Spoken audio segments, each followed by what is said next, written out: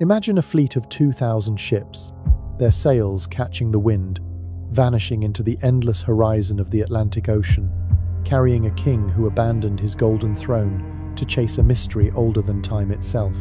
These were not the ships of Christopher Columbus, nor the vessels of any European explorer. They belonged to Abu Bakr II, an African ruler from the Mali Empire, who, over 2 centuries before 1500, launched an expedition so daring it might have rewritten the history of the Americas. But those ships, and the king himself, disappeared without a trace, swallowed by the sea's silent secrets. What if they reached these shores? What if their story was buried, not by waves, but by the hands of those who shaped the history we were taught? The Americas, we are told, were discovered in 1492, but what if that is only a fragment of a far grander, far older tale, one that whispers of lost civilizations, hidden voyages, and truths we have been trained to ignore? The question lingers like a shadow in the night. Who really set foot on these lands first? And why have their stories been erased from our books? Welcome to Mystery History for Sleep, where I, Mr. H, invite you to drift into the past, to uncover the whispers that time could not silence. Tonight, we embark on a journey through the ancient Americas, a land not of empty wilderness, but of forgotten cities, advanced societies, and mysteries that challenge everything we thought we knew. If you find yourself captivated by these untold stories, consider subscribing to the channel and ringing that bell to join our community of dreamers and seekers. Now, let us return to that question, the one that tugs at the edges of your mind. Who came to the Americas before Columbus? And why do their footprints seem to vanish from the pages of history? For centuries, we have been taught that the story of the Americas began with a single voyage, a so-called discovery that marked the New World's entrance onto the global stage. Christopher Columbus, we learned, stumbled upon these shores by mistake, seeking a western route to Asia. But the more we dig, the more we uncover traces of others, explorers, traders, perhaps even kings who may have crossed these oceans long before him. The history we were handed in school is not wrong, but it feels incomplete, like a book missing its opening chapters. The Americas were not a blank slate waiting for European sails. They were home to civilizations that rivaled those of the Old World, with towering pyramids, intricate road systems, and knowledge of the stars that still baffles us today. Yet, alongside these achievements, lie anomalies, artifacts too old, ruins too advanced, and stories too strange to fit the timeline we were given. Consider this: fossilized footprints in White Sands, New Mexico, pressed into the earth alongside tracks of mammoths and giant sloths, dated to 21,000 years ago. Stone tools in Brazil, possibly shaped by human hands 32,000 years ago. A city in Peru, older than Egypt's pyramids, built with seismic-resistant stonework that modern engineers still study. These are not mere curiosities. They are cracks in the foundation of what we believe about human history in the Americas. The standard tale tells us that humans arrived here around 13,000 years ago, crossing a land bridge from Asia. But these discoveries push that timeline back, forcing us to ask, how long have people truly been here? And who were they? Were they simple hunter-gatherers? Or did they belong to societies we have yet to name, lost to jungles, deserts, or the depths of the sea? The mysteries deepen when we consider the possibility of contact from distant lands. Ancient maps hint at knowledge of the Americas before Columbus. Strange carvings resemble faces from Africa. Pottery in South America mirrors designs from Asia. Even the legends of the native peoples speak of visitors from across the waters, of great canoes and shining cities now submerged. These are not just stories. They are echoes of a past we have been slow to hear. And then there is Abu Bakr II, whose audacious voyage challenges us to rethink the very idea of discovery. Did his ships reach these shores, leaving traces in the cultures that followed? Or did they vanish into a greater enigma, one that ties the Americas to a lost world, perhaps even the fabled Atlantis? Tonight, we will explore these questions. We will journey from the jungles of the Amazon to the deserts of Peru, from the cenotes of the Yucatan to the submerged stones of the Caribbean. So, settle in, let your mind wander, and prepare to see the Americas through new eyes, not as a land discovered, but as a world that has always been here, waiting for us to remember its secrets. The history of the Americas begins with a single, tidy story. Humans crossed a frozen land bridge from Asia to Alaska some 13,000 years ago, spreading slowly across a wild, empty continent. This is the Bering Strait migration theory, the cornerstone of what we have been taught about the peopling of the New World. It is neat, logical, and widely accepted, supported by genetic links between Native Americans and Northern Asians, as well as ancient tools found in places like Clovis, New Mexico. But what if this story, so confidently etched into textbooks, is only a sliver of the truth? What if the past is not a straight line but a tangled web of journeys, forgotten peoples, and silenced discoveries? Beneath the surface of this official narrative, archaeological finds are emerging that defy the timeline, challenge the assumptions, and whisper of a far more complex history, one that stretches back tens of thousands of years and spans oceans we were told could not be crossed. Let us start with the evidence, the stubborn traces that refuse to fit the mold.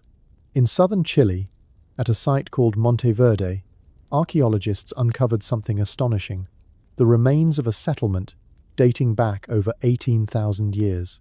Not just a few scattered bones or crude tools, but signs of a sophisticated community houses built with wooden frames, covered with animal hides, and secured with plant fibers twisted into ropes. There were hearths for cooking, remnants of medicinal plants, and even evidence of a diet that included seaweed, suggesting these people traveled to the coast 18,000 years ago, 5,000 years before the Bering Land Bridge was supposed to have opened the Americas to human feet. People were already living this far south. How did they get there? By what route? And how long had they been in the Americas before settling in this remote corner of Chile? The Bering theory, with its narrow window of migration, begins to crack under the weight of such findings. Further north, in White Sands, New Mexico, another discovery sends shockwaves through the academic world. Hundreds of fossilized human footprints, preserved in ancient lakebed sediment, lie alongside tracks of mammoths, giant ground sloths, and long-extinct birds. Radiocarbon dating places these prints between 21,000 and 23,000 years ago, a time when the Bering Land Bridge was still locked in ice. These are not isolated marks, but trails of movement, children running, adults carrying toddlers, groups crossing wet earth as if fleeing or exploring. The precision of the dating, based on seeds layered above and below the prints, is hard to dismiss. Yet, for decades, findings like these were ignored or labelled anomalies because they did not fit the accepted narrative. The question is not just when humans arrived, but who they were and what kind of societies they built in a world we imagine as primitive. In Brazil, at Pedra Furada, the challenge grows sharper. Archaeologists uncovered stone flakes, some dated to 32,000 years ago, that many believe were shaped by human hands. These are not natural formations, but tools, chipped and flaked with purpose. Yet, because they predate the Bering timeline by so long, they were dismissed by some scholars not for lack of evidence, but because they were simply too old to be believable. The rejection came not from data but from a mindset, a refusal to let go of a story that felt safe and familiar. This is where the mystery deepens, where the past begins to feel less like history and more like a puzzle with missing pieces. If humans were crafting tools in South America 32,000 years ago, what does that say about their journey? Did they come from Asia, as we have been told? Or could they have arrived by other routes, across other oceans? This brings us to one of the most provocative ideas, the Solutrean hypothesis. It suggests that ancient Europeans, from what is now France and Spain, crossed the Atlantic Ocean along the edge of ice sheets some 20,000 years ago, bringing with them distinctive stone tools. These tools, found in places like the Topper site in South Carolina, bear striking similarities to those of the Solutrean culture in Europe: thin, finely crafted blades that predate the Clovis culture by thousands of years. The Topper site, buried beneath the Clovis layer, revealed artifacts that could push human presence in North America back to 16,000 or even 20,000 years ago. The idea is controversial, not because the evidence is weak, but because it upends the Bering-centric view. It suggests that the Americas were a crossroads, not a cul-de-sac, with people arriving from multiple directions, perhaps by boat, following ice edges or ocean currents, long before the land bridge thawed. But why would such evidence be sidelined? The answer lies not in science, but in the human tendency to cling to comfortable truths. Radiocarbon dating, often hailed as the gold standard of archaeology, is not infallible. It relies on assumptions about stable atmospheric carbon levels, yet cosmic radiation, volcanic eruptions, or natural disasters can skew results by thousands of years. At Teotihuacan, Mexico, charred wood fragments were dated to an astonishing 250,000 years old, an age so incompatible with the accepted timeline that the findings were dismissed as contamination without thorough investigation. The excavation was shut down, the evidence shelved. Similarly, at Pedra Furada, where organic material was scarce, conservative archaeologists argued that the stone tools were naturally rounded by water or wind, despite patterns suggesting human craftsmanship. These rejections often stem from a deeper issue, a reluctance to rewrite history when it threatens established theories. The past, it seems, is not a fixed point but a living question. Every new discovery, every footprint, every tool, every ruin pushes us to reconsider what we thought we knew. The Bering Strait theory, while grounded in genetic and archaeological data, cannot account for the growing number of sites that predate it. Monte Verde, White Sands, Pedra Furada, and Topper are not isolated oddities. They are part of a pattern, a chorus of evidence suggesting that humans were here far earlier, perhaps in ways we have yet to imagine. Were they solitary bands of hunters, or did they belong to organized societies with technologies and beliefs we have lost to time? The artifacts themselves offer clues. Spear tips buried too deep for known cultures, pottery shards with designs that echo distant lands, even metal tools that defy the technological timeline of the Americas. As you listen to these whispers from the past, where are you tuning in from? Share your corner of the world in the comments, and let us know what time it is where you are, because history, like these stories, knows no borders. These findings do more than stretch the timeline, they challenge the very idea of discovery. The narrative of Columbus, as the first to bridge the old and new worlds, ignores the possibility that others, Europeans, Africans, Asians, or even unknown peoples may have crossed these oceans long before. Ancient maps like the Piri Reis, drawn in 1513, show coastlines of the Americas with uncanny accuracy, hinting at knowledge predating European voyages. Native legends speak of visitors from across the sea, of great canoes and shining cities now lost. Could these be memories of real encounters, erased by time or by those who wrote the histories? As we sift through the earth, we find not just tools and footprints, but questions that demand a new kind of listening, one that dares to hear the past's whispers, even when they unsettle the stories we have been told. Picture yourself standing at the mouth of a shadowed cave in the Nevada desert, the dry wind carrying echoes of ancient legends that refuse to die. Lovelock Cave, a place where history and myth collide in ways that send chills down the spine of even the most skeptical archaeologist. The Paiute people tell tales of the Site-Ka, a race of red-haired giants, cannibals who terrorized the land until the tribes trapped them in this very cave, setting fires to smoke them out. But when miners and excavators delved into its depths in the early 20th century, what they uncovered was no ordinary find oversized sandals, massive handprints etched into the rock, and bones that seemed too large for ordinary humans. Reports from the time speak of mummified remains, some with red hair, measuring up to 8 feet tall. Yet, as quickly as these discoveries surfaced, they vanished. The bones, artifacts, and evidence disappeared into private collections or, as some whisper, were spirited away by institutions like the Smithsonian to keep the truth hidden. Why? Could acknowledging a race of giants upend our understanding of human evolution? Or is there something more sinister at play? A deliberate erasure to maintain the illusion of a simple, linear history? Step deeper into the cave's lore, and the mysteries multiply. Archaeological digs in 1911 and 1912 revealed not just human remains, but finely woven baskets, obsidian arrowheads, and tools that spoke of a culture far more advanced than wandering nomads. The Paiute legends describe these giants as formidable warriors, 7 to 10 feet tall, with pale skin and fiery hair, who built boats from reeds to raid across the ancient lakes. Skeletons found here, some claim, showed unusual skull shapes elongated, perhaps deformed intentionally, or evidence of a distinct people. But where are those skeletons now? Contemporary accounts from miners describe unearthing a mummified body with red hair, yet official records dismiss it all as exaggeration or misidentification. Conspiracy theorists point fingers at government cover-ups, suggesting that admitting to giants would force a rewrite of history, conflicting with biblical timelines or evolutionary dogma. Recent genetic analyses of ancient DNA from the cave have aimed to debunk the myths, linking the remains to local Native American populations. But the legends persist.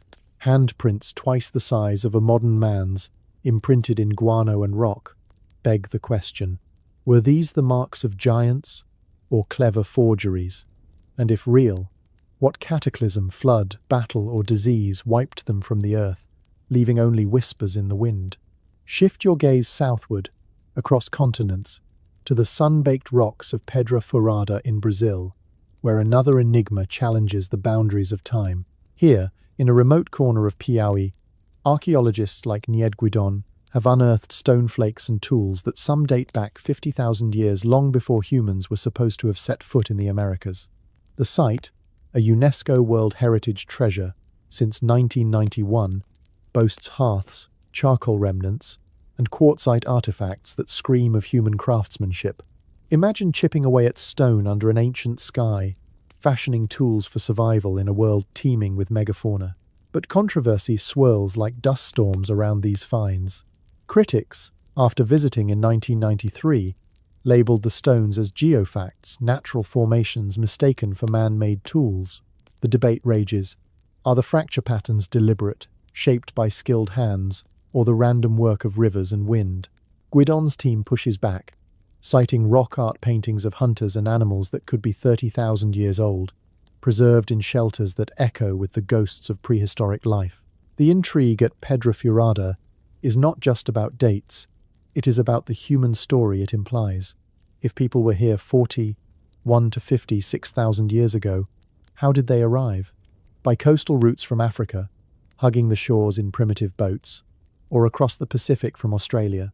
The site's layers reveal a sequence of occupation, from hearths dated to 32,000 years to more recent tools, suggesting continuous human presence. Yet mainstream archaeology hesitates, demanding more proof amid accusations of weak data. Independent researchers argue that the dismissal stems from bias, a stubborn adherence to the Bering Strait model that cannot accommodate such antiquity. What if Pedra Furada holds the key to multiple migrations, waves of people from diverse origins, blending cultures in ways we have yet to fathom? The paintings, vivid in red ochre, depict scenes of daily life, hunts and rituals, but their age is contested. Could they be the oldest art in the Americas, or clever illusions of time? The site's isolation adds to the allure, a place where the past feels alive, urging us to question: what other secrets lie buried in its red earth, waiting for a shovel to reveal them? Now, let your mind wander to the gypsum dunes of white sands in New Mexico, where footprints frozen in time tell a tale of pursuit and peril. These are no ordinary tracks. They mingle with those of mammoths and ground sloths, dated to 21 to 23,000 years ago. Envision a group of ancient humans, perhaps a family crossing a muddy lakebed, their steps preserved as if in amber. Children splash playfully, adults stride purposefully, and in one dramatic sequence, a lone traveler carries a child, their prints deepening under the weight. Nearby, mammoth tracks intersect, suggesting encounters with these colossal beasts. Were these people, hunters, stalking prey across the Ice Age landscape, or wanderers fleeing danger? The footprints capture motion, emotion-quickened paces, slips in the mud, even a possible hunt where human tracks circle a sloth's path, ending in what might have been a kill. The White Sands discovery, confirmed by radiocarbon dating of seeds in the sediment, has rewritten timelines, pushing human presence back by 10,000 years. But the mysteries extend beyond dates. Some tracks show interactions with extinct animals, humans stepping over mammoth prints, or vice versa, hinting at a world where our ancestors coexisted with giants of another kind. Conspiracy whispers emerge here too. Why were these prints overlooked for so long? Discovered only in 2009? Do they point to lost technologies or forgotten knowledge? Recent studies reveal even more: a woman's 2-mile journey carrying a child, harassed by predators, her path a testament to endurance. These prints are stories etched in earth, raising endless curiosities. What drove these people? What languages did they speak? And how many other such trails lie hidden beneath the sands, waiting to unravel more enigmas?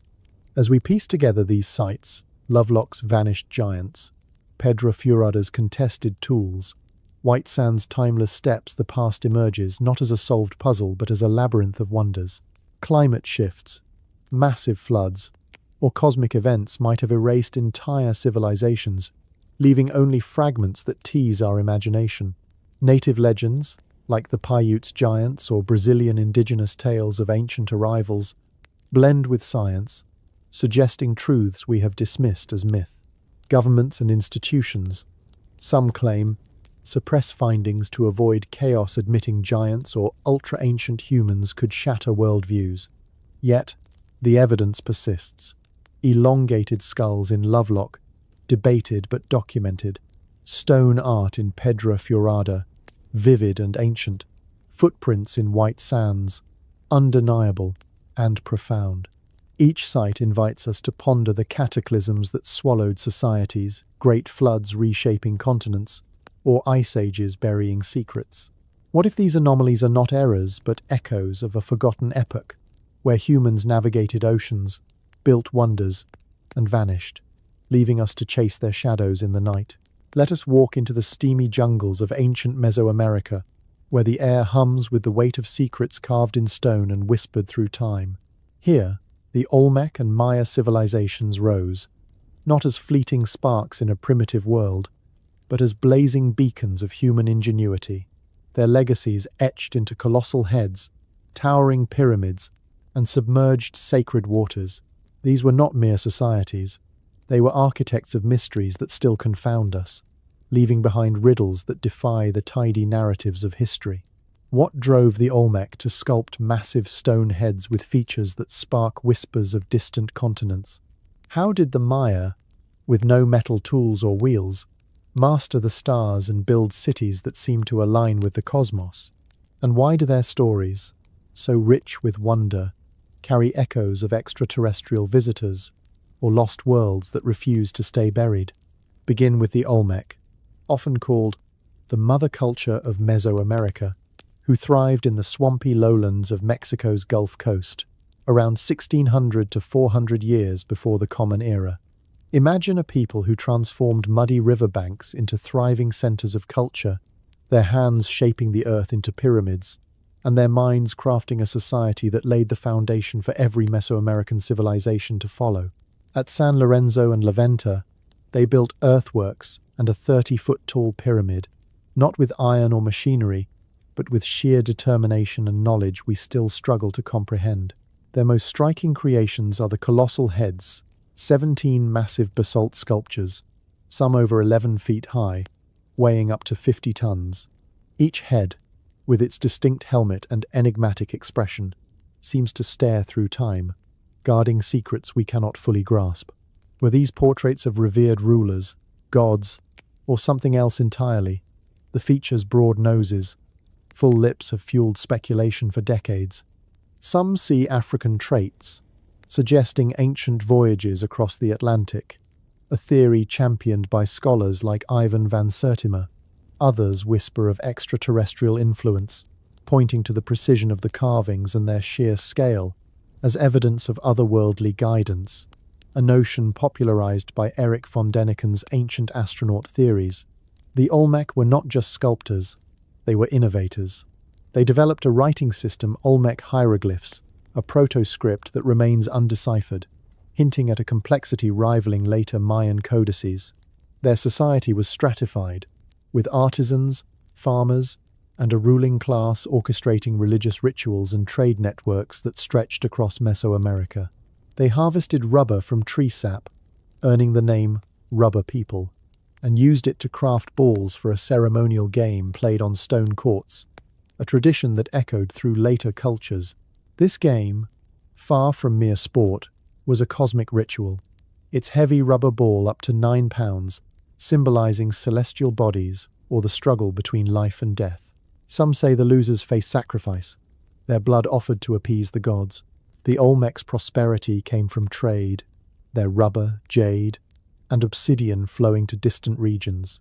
Yet their decline around 400 years before the Common Era remains a mystery. Was it environmental collapse, internal strife, or something more cataclysmic? Their cities were abandoned, swallowed by jungle, leaving behind stone sentinels that still challenge our understanding. Now, shift to the Maya, whose civilization stretched across the Yucatan Peninsula and Guatemala, weaving a tapestry of city-states that flourished from the pre-classic period, around 2,000 years before the Common Era, to their peak in the Classic period, roughly 250 to 900 years after. Picture Tikal, a metropolis of up to 100,000 souls, its skyline pierced by pyramids that reached for the heavens, their steps stained with the blood of rituals.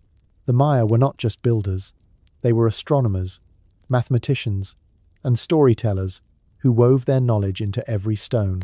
Their long count calendar, a marvel of precision, tracked time across millennia, sparking modern myths of a world ending in 2012, a misunderstanding of their cyclical view of time. The calendar's next cycle, the 15th Bakr, will not arrive until March 26, 2407, a testament to their foresight. At Palenque, the Temple of Inscriptions stands as a monument to this sophistication, its limestone slab covered in glyphs that recount the life of King Pakal, who ruled for 68 years, one of the longest reigns in history. The tomb's carvings, discovered in 1952, depict Pakal in what some interpret as a spacecraft, fueling theories of extraterrestrial contact. Erich von Däniken argued the figure's pose surrounded by intricate symbols resembles an astronaut at a control panel, a claim dismissed by scholars but persistent in popular imagination. The Maya's astronomical prowess lends credence to such speculation. They tracked Venus's movements, timing wars to its cycles, and aligned their pyramids with constellations, as seen at Chichen Itza, where the El Castillo Pyramid casts a serpent's shadow during equinoxes. Were these alignments purely practical, aiding agriculture, or did they reflect a cosmic connection, a belief that their cities mirrored the heavens? The Maya society was a complex web of kings, priests, artisans, and farmers, with women like Pakal's mother wielding power in religious and political spheres. Their writing system, a blend of logograms and phonetic glyphs, recorded everything from royal genealogies to celestial events on deerskin and tree bark. Tragically, Spanish priests burned most of these codices in the 16th century, leaving only stone inscriptions to tell their story. The city of Copan, with its intricate sculptures, and Calakmul, a rival to Tikal, reveal a world of constant warfare, where capturing enemy rulers for sacrifice was the ultimate offering to gods like Itzamna, the creator deity, or the jaguar god of the underworld. The ball game, inherited from the Olmec, was central here too, played in sacred courts where the outcome might decide life or death, echoing myths of the hero twins who faced the gods in the underworld. Xibalba. The Maya's cenotes' natural sinkholes in the Yucatan add another layer of enigma. These were not just water sources but portals to Xibalba, where rituals and sacrifices took place. Divers in the Sac Actun cave system have found submerged altars, scorched surfaces, and miniature deity statues, suggesting ceremonies in places where sunlight never reached. At Cenote Holtun, near Chichen Itza, geophysical radar revealed a vast water-filled cave beneath the El Castillo Pyramid, hinting that the Maya built their sacred sites atop these underworld gateways. Some skeletons in cenotes, like those in Hoyo Negro, date back 12,000 years, predating the Maya and suggesting these caves were used for millennia, first as dry shelters, then flooded sanctuaries as sea levels rose after the Ice Age.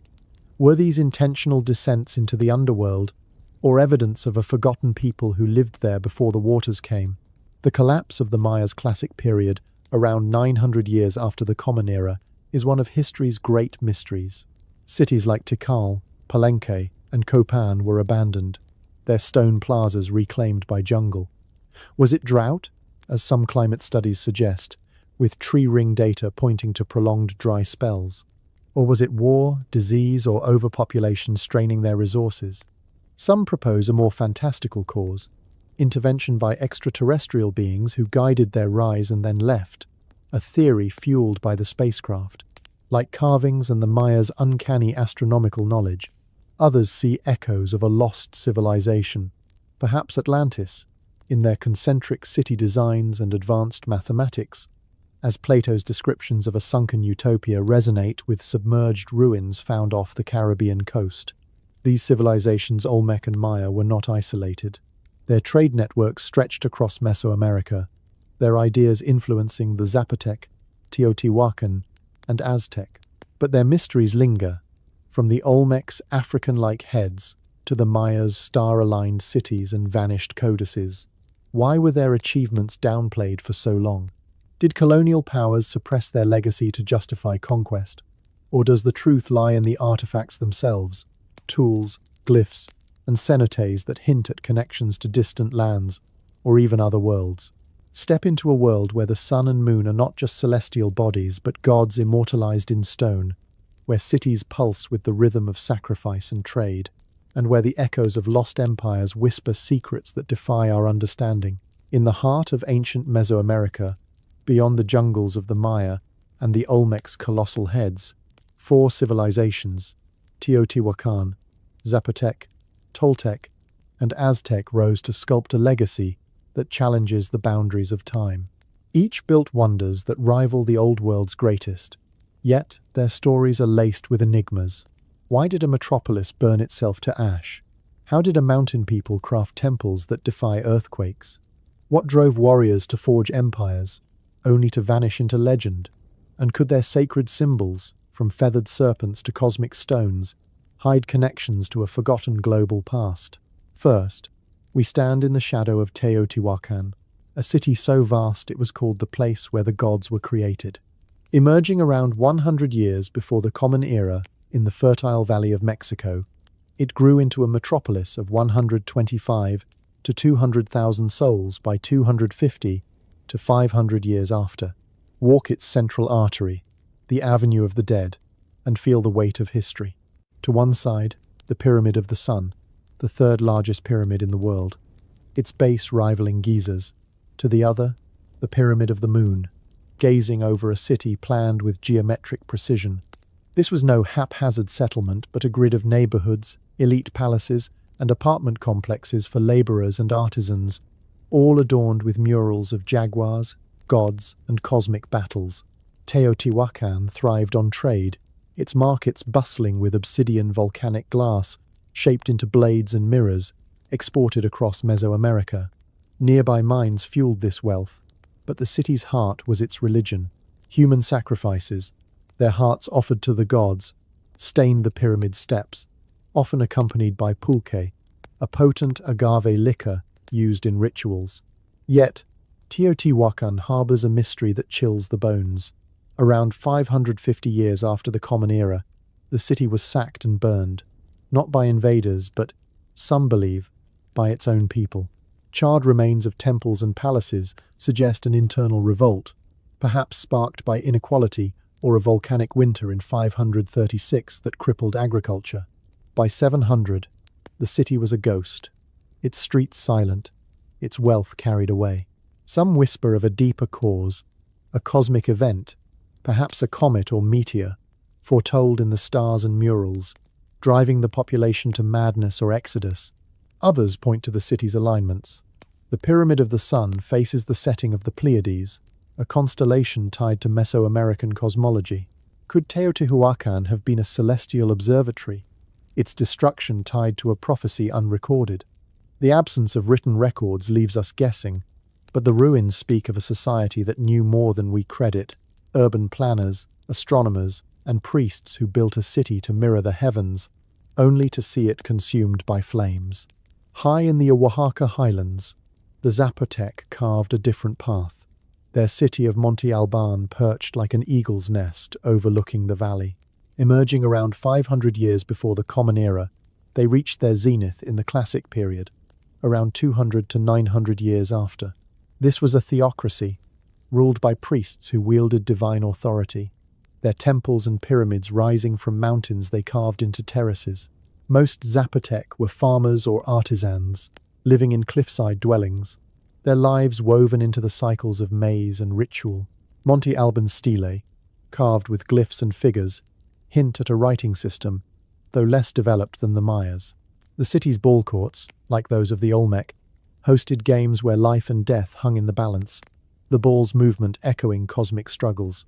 Yet, around 900, Monte Alban was abandoned, its people dispersing without explanation. Was it drought, as tree ring data suggests, or internal strife? Some speculate a spiritual crisis, a loss of faith in the priestly class, drove them away. Others point to the site's astronomical alignments, suggesting the Zapotec, like their neighbors, built to commune with the stars.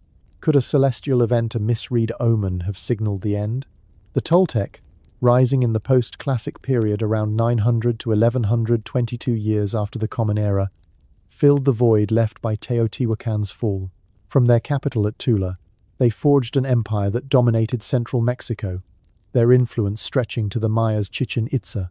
The Toltec were warriors, their art depicting feathered serpent gods like Quetzalcoatl, who symbolized wisdom and creation. Tula's pyramids and colossal statues, called Atlanteans, stand as testaments to their power, yet their decline is shrouded in mystery. By 1122, Tula was abandoned, possibly due to drought, revolts, or invasions by northern tribes. Legends speak of a Toltec king, exiled and promising to return, a myth that later haunted the Aztec when Cortés arrived, mistaken for Quetzalcoatl. Some researchers see Toltec influence in distant lands. Similarities in Chichen Itza's architecture suggest cultural exchange, but could their reach have been even broader? Fringe theories propose Toltec voyages across the Pacific, their serpent motifs echoing Polynesian designs. No hard evidence supports this, but the precision of their stonework and the spread of their iconography raise questions about their connections to a wider world. The Aztec, emerging in the 1200s, built the grandest empire of Mesoamerica, their capital Tenochtitlan, a marvel on Lake Texcoco. Founded in 1325 after a prophecy, an eagle on a cactus eating a snake, they created a city of floating gardens, chinampas, feeding hundreds of thousands. By 1428, their triple alliance with Texcoco and Tlacopan dominated the region, ruled by a monarch claiming divine descent. Huitzilopochtli, their war god, demanded blood, and the Aztec obliged, sacrificing thousands on the Templo Maya's steps. Their sunstone, a 24-ton monolith, maps cosmic cycles, its carvings hinting at a fifth world doomed to end in earthquakes. Could this reflect memories of a cataclysm, perhaps tied to Atlantis-like legends of a sunken world? The Aztecs' writing, derived from Zapotec glyphs, recorded their history on fig tree bark, but Spanish conquest destroyed most records, leaving stone inscriptions to tell their tale. The Aztecs' fall in 1521 to Cortés was not just military defeat but a cultural erasure, their codices burned, their gods demonized. Yet, their achievements, canals rivaling Venice, astronomy predicting eclipses, suggest a sophistication that challenges Eurocentric narratives. Conspiracy theories swirl. Did the Spanish suppress evidence of Aztec knowledge to justify colonization? Some claim the sunstone encodes secrets of a lost technology, its concentric rings echoing Plato's Atlantis. Others point to similarities with Egyptian sun worship, suggesting ancient transatlantic contact. The Aztecs' chinampas, sustainable even today, hint at ecological wisdom modern cities lack. Why then were their contributions marginalized, their cities reduced to savage ruins in colonial accounts? These civilizations, Teotihuacan's cosmic grid, Zapotec's mountain sanctuaries, Toltec's warrior legacy, Aztec's island empire share a thread of mystery. Their sudden ends. Climate data points to droughts, but murals and myths suggest deeper fears, comets, God's wrath, or prophecies of collapse. Fringe theories propose external influences, extraterrestrial guidance in Teotihuacan's alignments, or survivors of a lost continent shaping Aztec cosmology. The absence of records fuels speculation, but the ruins themselves, pyramids, glyphs, and stones whisper of a past where humans touched the divine, only to be silenced by time, conquest, or something stranger. As we trace their steps, we wonder, were these societies isolated or nodes in a global network, their secrets buried to preserve a simpler history? If these ancient whispers stir your curiosity, consider joining our journey by subscribing and tapping the bell to stay with us as we uncover more mysteries. Share your thoughts below. What do these ruins say to you? Imagine standing on a barren ridge in Peru's Soup Valley, the sun scorching the earth, where rain is a stranger, and the rivers carve life from desolation. Here, in a land that seems hostile to human ambition, the Norte Chico civilization defied the odds, building one of the world's earliest cities over 5,000 years ago.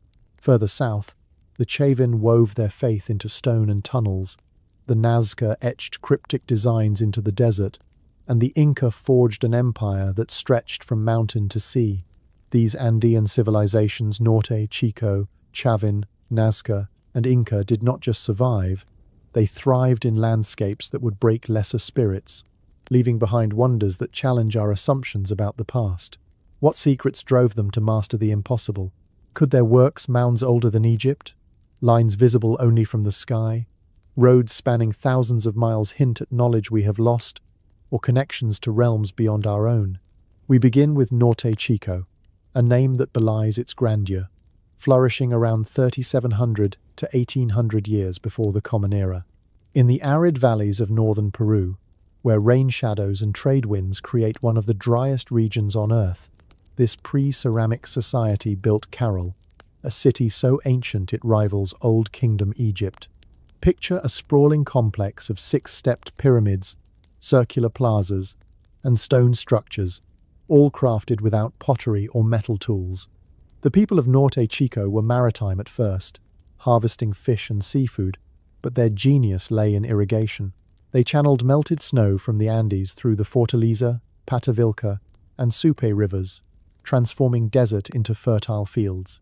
By the second millennium before the Common Era, Caral was among the most densely populated places on the planet, its inhabitants weaving cotton nets and trading with distant communities. No art survives, no carvings, no pottery, only massive earthworks, some over 60 feet tall, stand as silent witnesses. Why did they build without adornment? Was it pragmatism or a spiritual choice, their faith poured into the earth itself? Their decline around 1,800 years before the Common Era is a mystery, perhaps drought or migration to greener lands, but their irrigation techniques spread, seeding future Andean cultures. Now, journey to the highlands, where the Chavín culture emerged around 900 years before the Common Era, marking the early horizon. At Chavín de Huántar, over 10,000 feet above sea level, they built a temple complex that feels like a portal to another world. Envision a labyrinth of underground tunnels, their walls carved with snarling jaguars, serpents, and gods with human-animal faces.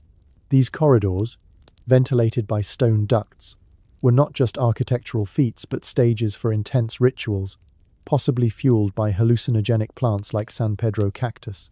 The lanzon, a monolithic granite pillar, stands at the heart, depicting a deity with fangs and claws, its gaze piercing the darkness. Above ground, stone statues and a solar observatory near Lima hint at astronomical knowledge, tracking solstices with eerie precision. By 200 years before the Common Era, Chavín faded, perhaps due to environmental shifts or cultural fragmentation, but their art gold and copper metalworks, intricate relief suggests a society in communion with the cosmos. Some speculate these tunnels were psychic gateways, designed to connect priests with divine forces or even extraterrestrial entities. a theory fueled by the otherworldly iconography. Did the Chavín know secrets of the stars? Or were their visions induced by plants, not aliens? Descend to the desert plains of southern Peru, where the Nazca culture, thriving from 100 to 800 years after the Common Era, left marks that defy explanation. The Nazca lines, etched into the arid soil, stretch across miles. Gigantic figures of monkeys, spiders, hummingbirds, and geometric shapes, visible only from the air. Imagine standing atop a hill, gazing at a 400-foot condor, etched with such precision it seems impossible without aerial guidance. Created by removing dark surface stones to reveal lighter earth, these geoglyphs have sparked endless debate. Were they offerings to gods, irrigation maps, or astronomical calendars? Erich von Däniken famously proposed they were landing strips for alien spacecraft, a theory dismissed by scholars but persistent in its allure. The Nazca also built puquios, underground aqueducts that carried water across the desert without evaporation, some still functioning today. Their pottery, vibrant with images of warriors and deities, suggests a martial culture, yet their decline by 800 remains obscure, perhaps drought, over-farming, or invasion. The lines endure, untouched by time, whispering questions. Were they meant for eyes in the sky, or for gods who never answered?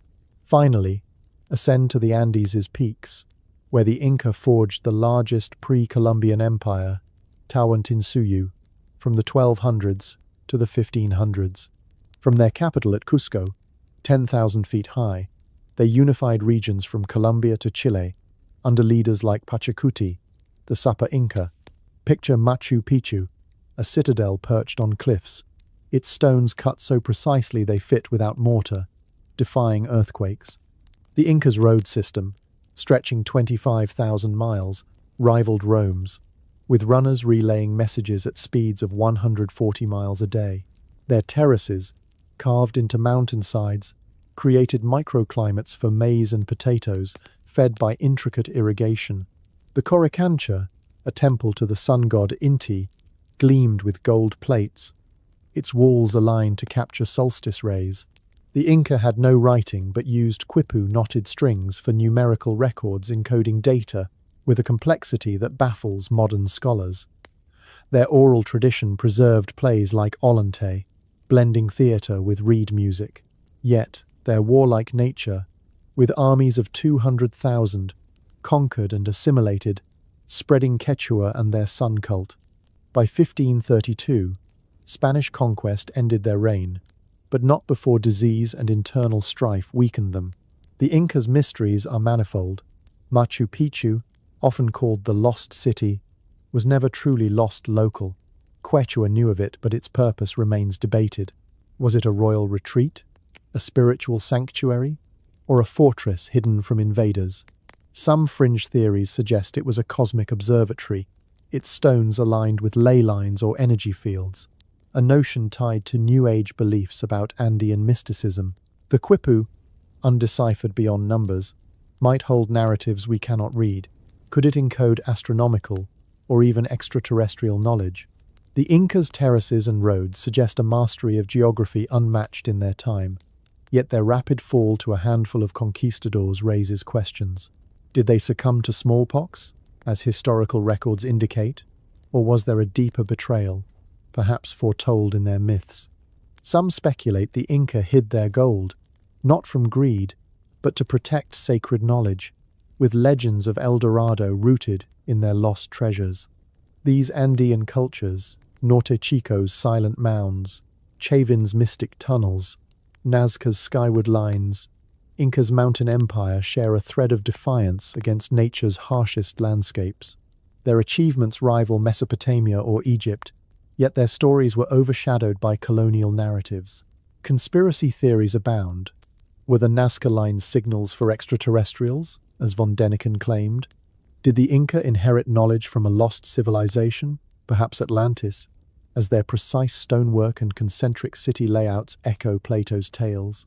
Why were Norte Chico's earthworks built without art, as if to hide their purpose?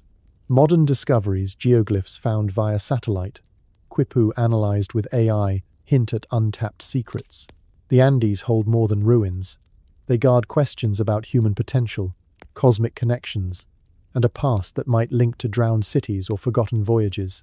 Close your eyes and imagine a vast floodplain along the Mississippi River, where a city rises from the earth, its towering mounds casting long shadows over a landscape alive with ritual and trade. This is Cahokia, the heart of the Mississippian culture, a beacon of complexity in ancient North America. Now shift your gaze to the turquoise waters of the Caribbean, where the Taino and Caribs crafted vibrant societies on islands kissed by trade winds, only to face the first waves of European conquest. These civilizations, Mississippian, ancient Pueblo, Taino, and Caribs, wove a tapestry of human achievement across North America and the Caribbean, their stories brimming with intrigue. Why did a thriving metropolis vanish in a heartbeat? What secrets lie buried in cliffside dwellings? And could the submerged stones of the Bahamas whisper of a lost world? Perhaps Atlantis itself. These are tales not of conquest, but of resilience, of cultures that flourished against the odds, leaving questions that echo through time.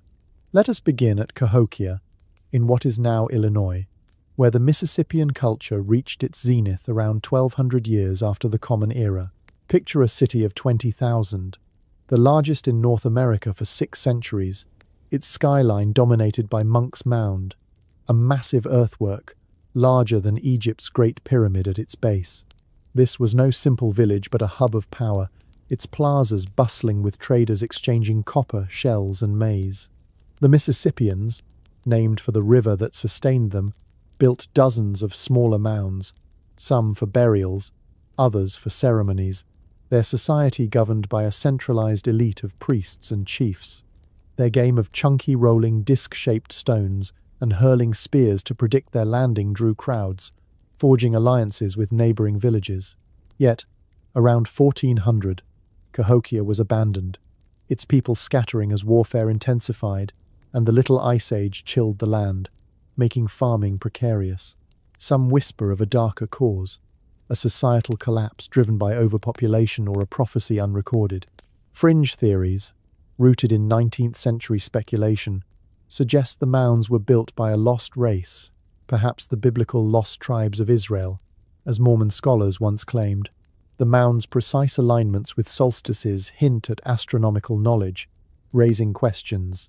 Were they temples to the stars, or markers for a forgotten cataclysm? Travel southwest to the Four Corners, where the ancient Pueblo people, once misnamed Anasazi, crafted a civilization in the arid deserts of Utah, Colorado, New Mexico, and Arizona. By 750 years after the Common Era, they transitioned from basket-making nomads to builders of urban centers, their roads linking communities in a vast trade network. At Chaco Canyon, they erected Pueblo Bonito, a great house of multi-story stone rooms housing elite families, its kivas circular underground chambers hosting rituals under starlit skies. By 1150, they migrated to Mesa Verde, carving cliff dwellings into canyon walls, some holding 100 people.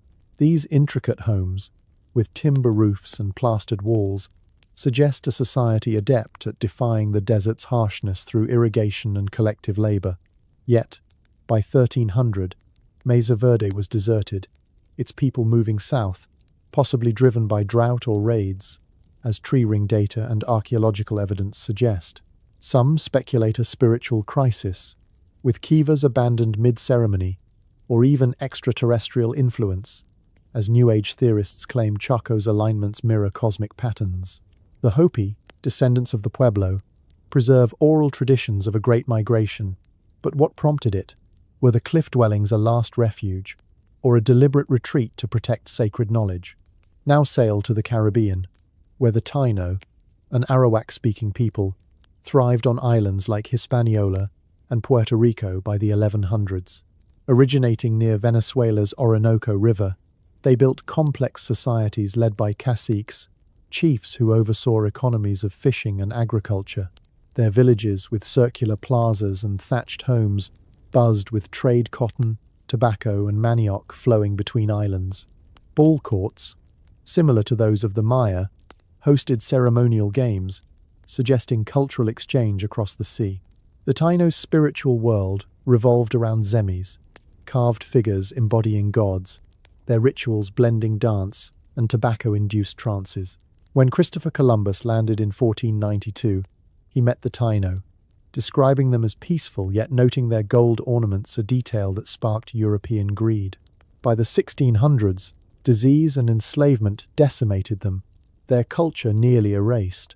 Yet, their legacy persists in words like hammock and canoe, and in archaeological finds of zemi statues.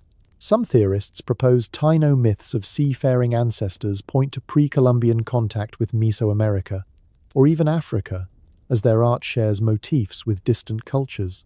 Enter the Caribs, or Kalinago, a fiercer group who arrived in the Lesser Antilles from South America, displacing Taino communities by the 1400s. Known for their warrior ethos, they raided Taino villages, capturing resources and, according to some accounts, women, though these reports may reflect European bias. Their society, less centralized than the Tainos, relied on fishing, cassava farming, and swift canoes that dominated Caribbean waters. Their spiritual practices, rich with shamanic rituals, revered spirits tied to sea and sky. When Columbus encountered them, he painted them as cannibals, a likely exaggeration to justify conquest. The Caribs resisted Spanish incursions fiercely, but disease and violence reduced their numbers. Their descendants endure in Dominica, preserving oral histories that hint at ancient voyages across the Atlantic. Could these tales, like those of the Taino, suggest contact with distant lands, perhaps Africa or Polynesia, long before European sails appeared? The Caribbean holds a deeper enigma. The Bimini Road, a half-kilometre stretch of rectangular stones off the Bahamas, discovered in 1968. These flat, aligned blocks, some cut with precision, resemble an ancient causeway. Geologists argue they are natural limestone formations, but independent researchers see deliberate design angles too uniform, stones too neatly fitted. Some link it to Atlantis, citing Plato's description of a sunken city with concentric rings, positing the Bahamas as its remnant.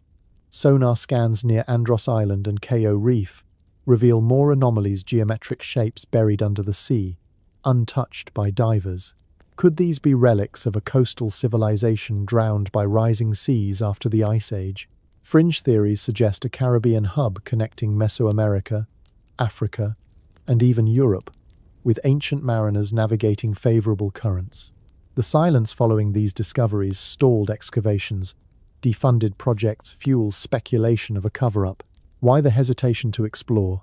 Does the possibility of a pre-Columbian network threaten established narratives?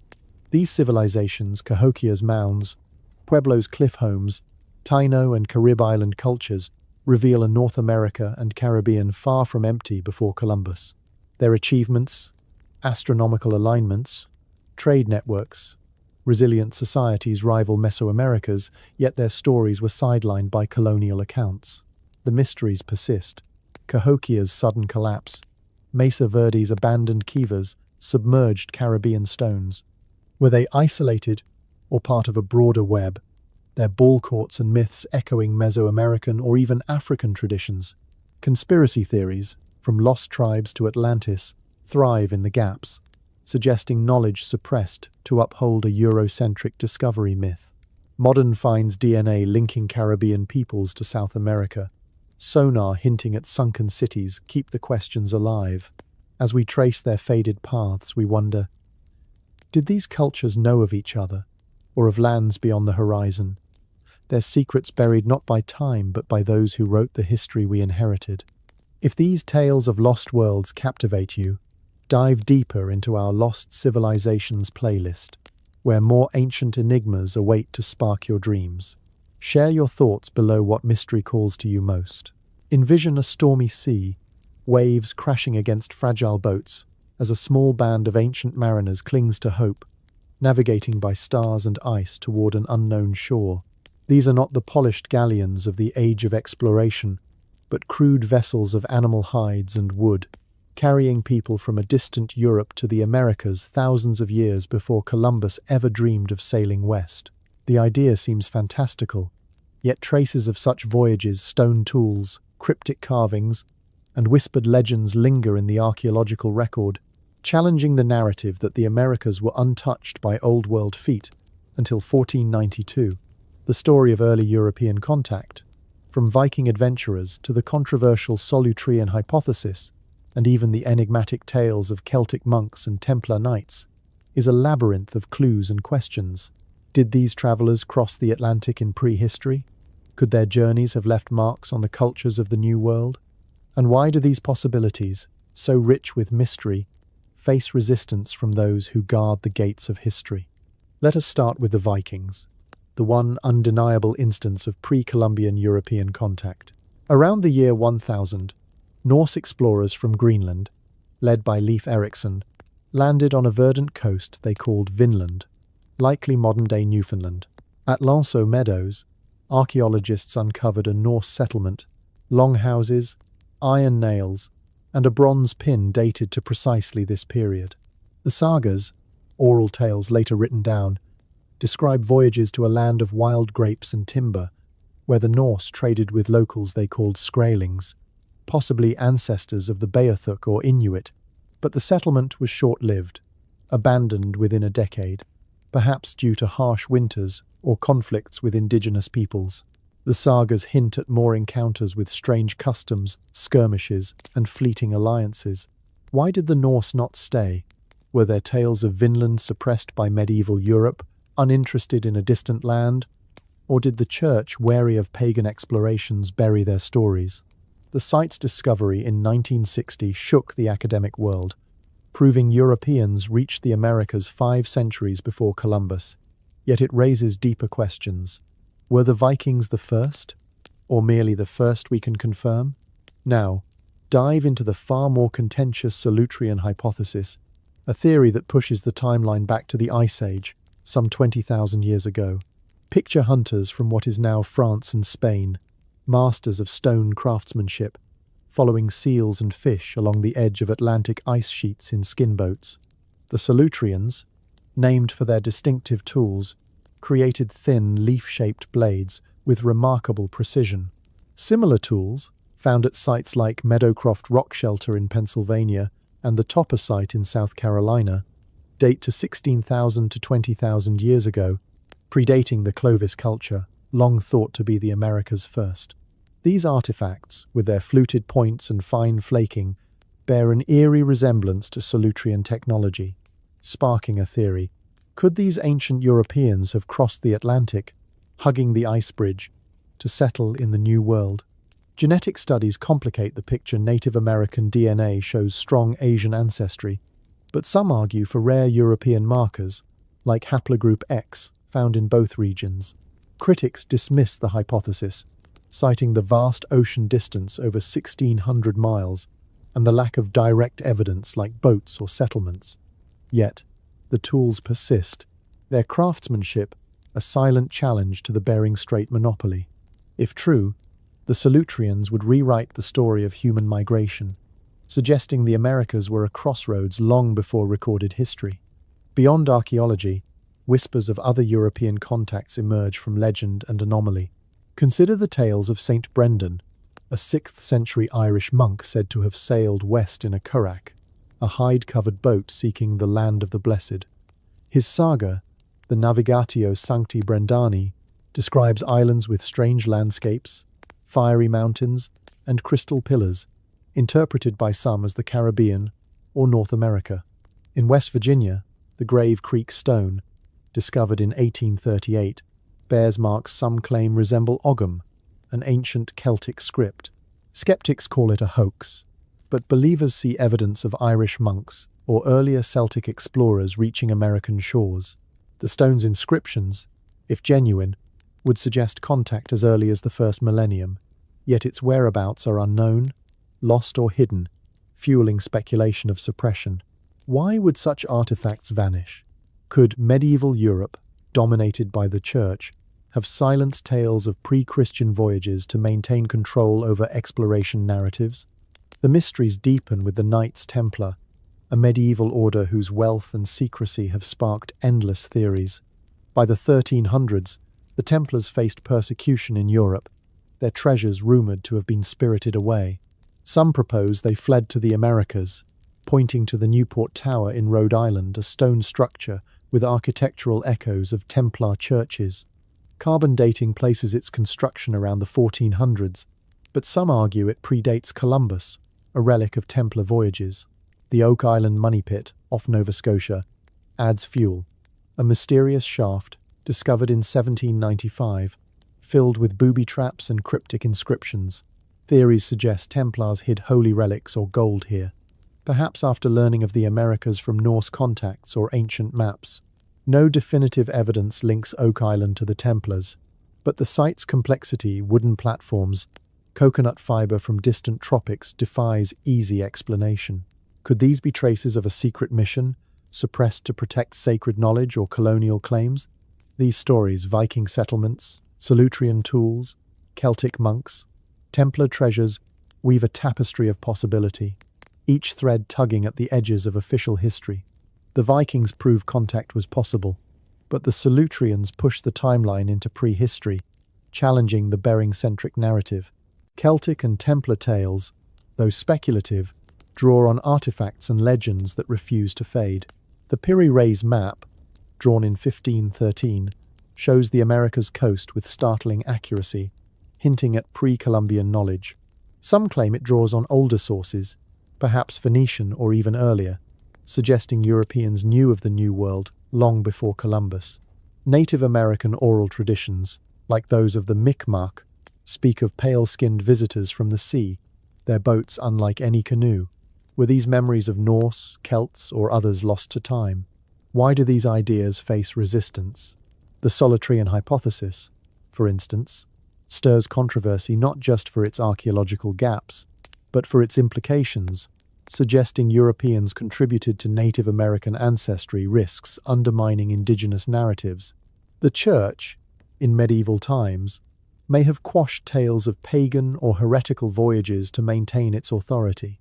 Modern academia, bound by rigorous standards, often dismisses anomalies as hoaxes or misinterpretations, yet the dismissal feels selective.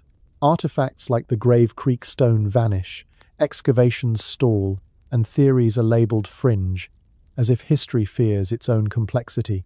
Conspiracy theorists argue a deliberate cover-up, claiming governments or institutions suppress evidence to uphold a Eurocentric discovery myth centered on Columbus. Recent finds DNA studies hinting at transatlantic gene flow, underwater scans revealing structures off Newfoundland keep the questions alive. As we sift through these clues, from Viking nails to cryptic stones, we confront a past that refuses to stay simple. Were the Americas a destination for ancient Europeans? Their journeys erased by time, conquest, or design? Did Solutreans brave the ice? Or Templars hide their secrets in American soil? The evidence is scattered tools, sagas, maps, but it whispers of a world more connected than we imagine, where oceans were not barriers but highways. These stories, whether fact or legend, urge us to look beyond the textbooks, to hear the voices of those who sailed into the unknown, their footsteps perhaps still etched in the sands of a forgotten shore. Drift across the vast Pacific, where the ocean stretches like a canvas of secrets, its currents whispering tales of ancient voyagers who dared to sail beyond the horizon. Long before European ships charted the Americas, mariners from Asia and Polynesia may have crossed these waters, leaving traces in pottery, crops, and legends that challenge the isolation of the New World. Imagine Chinese junks gliding through uncharted seas, Polynesian canoes riding swells to distant shores, and artifacts that hint at connections too profound to be mere coincidence.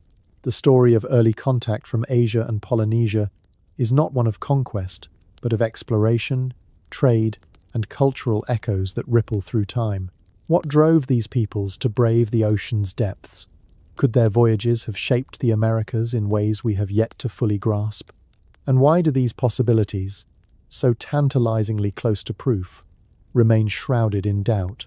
Let us first sail to the shores of ancient China, where the Ming dynasty's Admiral Zheng, he commanded fleets of unparalleled grandeur in the early 1400s. Picture treasure ships, some over 400 feet long, dwarfing Columbus's modest caravels, their decks teeming with sailors, scholars, and trade goods.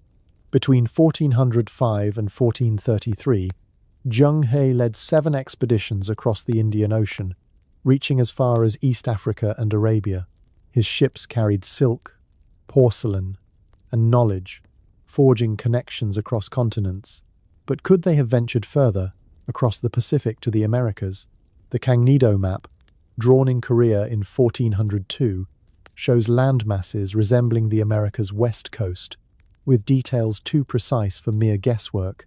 Some scholars argue this map, based on Chinese sources, suggests knowledge of the New World before Columbus.